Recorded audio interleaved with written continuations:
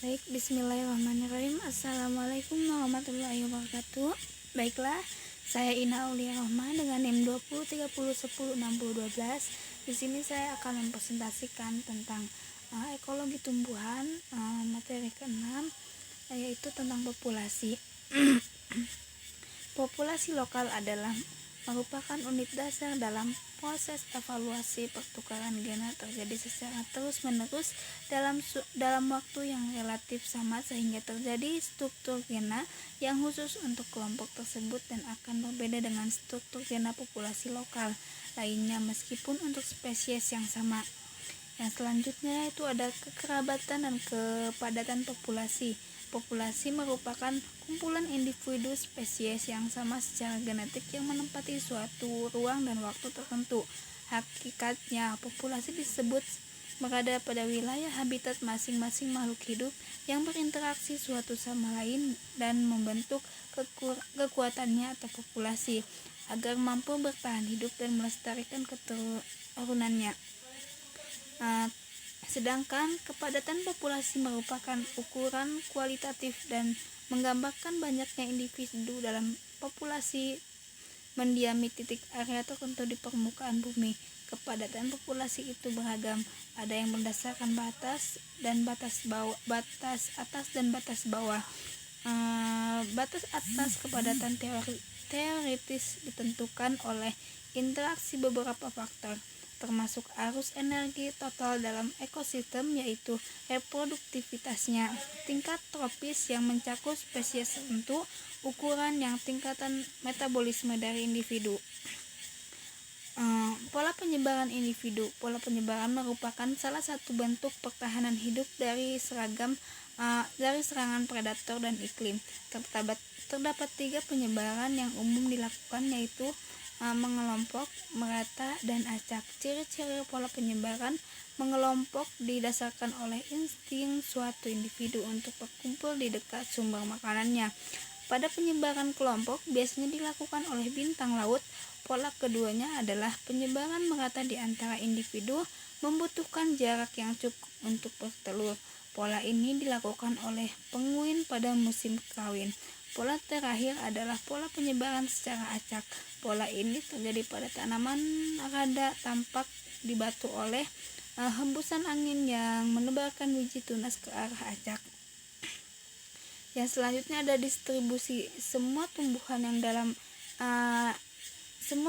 di alam dapat disusun dalam 3 pola dasar, yaitu acak, teratur, berkelompok. Pola distribusi demikian erat hubungan dengan kondisi lingkungan. Organisme pada suatu tempat bersifat saling bergantung, sehingga tidak terkait berdasarkan kesempatan semata, dan bila terjadi gangguan pada suatu organisme atau sebagian faktor lingkungan akan berpengaruh terhadap keseluruhan komunitas. Yang selanjutnya yaitu ada susunan individu. Individu adalah suatu makhluk hidup yang merupakan struktur terkecil dari tingkat ekosistem tertentu. Individu juga dapat disebut dengan spesies makhluk hidup tunggal. Contohnya itu seorang manusia, seekor ikan, sebuah pohon mangga, sebatang pohon gerahu, sebatang pohon jati, sebatang pohon meranti, sebatang pohon ulin, dan seekor semut. Yang selanjutnya itu ada masa hidup.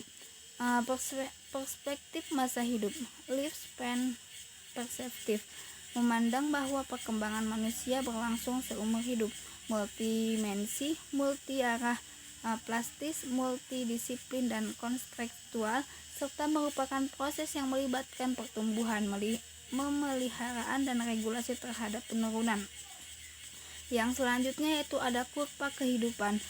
Kurva ketahanan hidup adalah grafik yang menunjukkan jumlah atau populasi individu yang masih hidup pada setiap manusia untuk spesies atau gugusan, misal laki-laki jantan atau perempuan betina, dan diberikan kurva ketahanan hidup dapat didirikan oleh skor yang diberikan kelompok individu dari lebih kurang usia yang sama berdasarkan tabel kehidupan.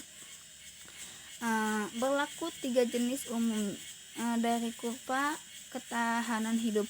Yang pertama itu kurva tipe 1 yang ditandai dengan kelangsungan hidup tinggi pada awal kehidupan dan menengah, disertai oleh penurunan cepat dalam ketahanan hidup. Di kesudahan dari spesies kurva ini khas menghasilkan sebagian keturunan, tetapi merawat mereka dengan adun berlangsung termasuk manusia dan jumlah mamalia luhur lainnya.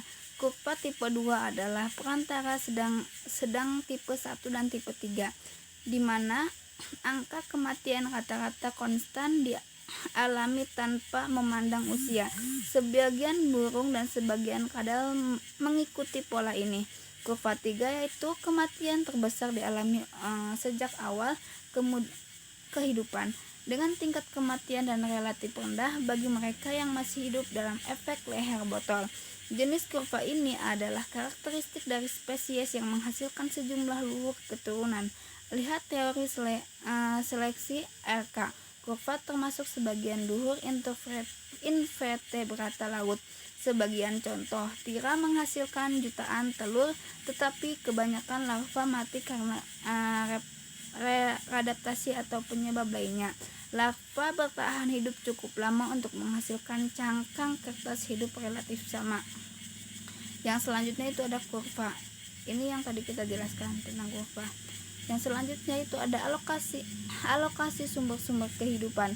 Alokasi sumber-sumber dari setiap spesies sebagian ditentukan oleh niscaya organisme memiliki sejumlah energi dan waktu terhadap untuk mengetahui siklus hidupnya.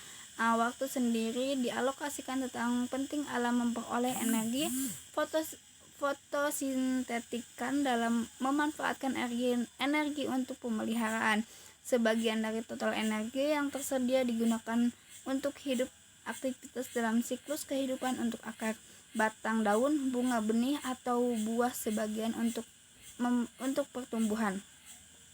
Baiklah, mungkin cukup sekian presentasi dari saya. Kurang dan lebihnya mohon maaf. Wabillahi taufiq wal hidayah. Assalamualaikum warahmatullahi wabarakatuh.